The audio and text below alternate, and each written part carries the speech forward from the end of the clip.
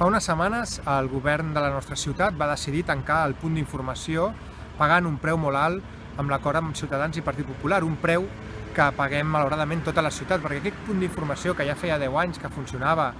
perquè va ser una aposta en aquell moment d'Esquerra Republicana, durant els darrers 10 anys aquest punt d'informació ha donat un servei a la nostra ciutadania per donar a conèixer la cultura de la nostra ciutat, el nostre patrimoni, el que feien les nostres entitats, activitats que s'han realitzat al voltant d'aquest servei que ara ha deixat de funcionar. També hi havia convenis sobre temes de turisme amb la Generalitat o amb la Diputació que ara es perden. Per tant, des d'Esquerra Republicana ens comprometem a seguir treballant perquè aquest punt d'informació torni a estar obert i, si no pot ser ara, sigui a partir del 2019, perquè la ciutat, les entitats, les persones, la cultura, el patrimoni de la nostra ciutat es mereix un punt d'informació com el que tenen la resta de les ciutats.